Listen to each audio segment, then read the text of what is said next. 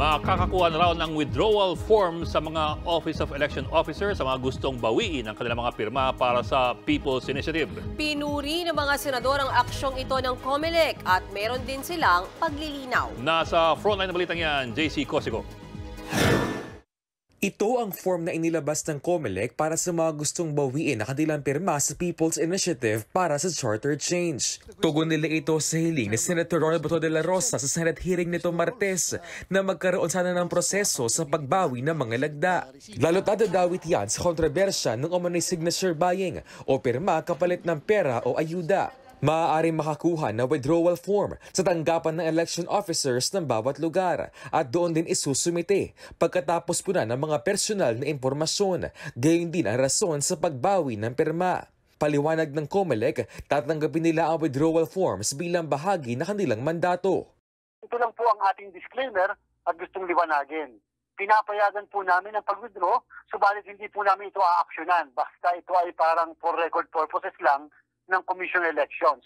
January 29 nang suspendihin ng COMELEC on bank ang lahat ng proceedings na may kaugnayan sa People's Initiative. Kailangan parauan nilang ayusin at suriin ang kanilang mga patakaran sa pag-amyenda ng konstitusyon gamit ang PI. Giit pa ng COMELEC, nananatili ang suspension order sa PI proceedings. Baka kasi akalain ng iba na porket pinapayagan namin yung pagsasubmit ng mga withdrawal forms ay naggogo na muli o nagsisimula na muli ang proceedings ng People's Initiative. Wala po.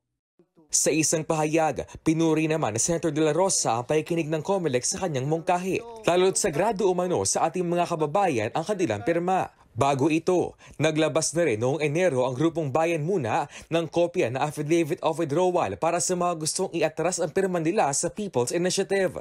Layon umano nitong matulungan ang mga botanteng nagoyo at napilitang lumagda sa People's Initiative. Sa paghulong naman ang pagdinig ng Senado sa economic charter change, nanawagan na ilang grupo na sumali sa kanilang nationwide rally laban sa Chacha sa February 25 na anibersaryo rin na EDSA People Power. Si dating Supreme Court Associate Justice Antonio Carpio naninindigang hindi kailangan ng Pilipinas ngayon ang Chacha.